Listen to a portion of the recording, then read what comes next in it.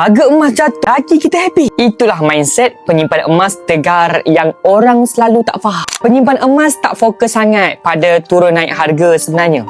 Dia fokus pada satu benda saja. Berapa gram emas yang dia sudah kumpul. Harga naik, dia happy sebab apa? Sebab nilai simpanan dia dah meningkat. Harga turun, dia lagi happy. Sebab apa? Sebab boleh tambah emas pada harga yang lebih murah. Sebab itu, dia tak kejar harga. Dia kejar jumlah gram emas yang dia kumpul dalam akaun tersebut. Dia simpan emas bukan untuk jual bulan depan. Tidak.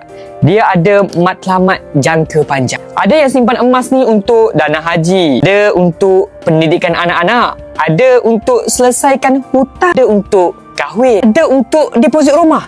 Ada untuk beli tanah. Dan paling penting, dana kecemasan keluar. Jadi bila harga emas jatuh macam sekarang ni kan, ini sebenarnya peluang percepatkan target simpanan kita. Bukan saya yang kata, tapi guru emas saya iaitu Tuan Muhammad Zulkifli Syafi'i, penulis buku Wang Emas dan Misi Bebas Hutang. Contoh target 1 kilo 1 kuartal. Yang jadi masalah bukan harga tu. Yang jadi masalah bila kita sendiri ni tak tambah simpanan langsung bila harga tengah drop. Sebab itu penting konsisten simpan walaupun sikit. Boleh mula melalui account gap, gold accumulation program public gold.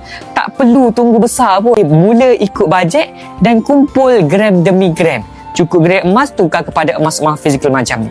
Jika berminat untuk mula belajar simpan emas, boleh klik link yang saya sediakan atau tekan sahaja link dekat bio. Saya bantu sebaik mungkin.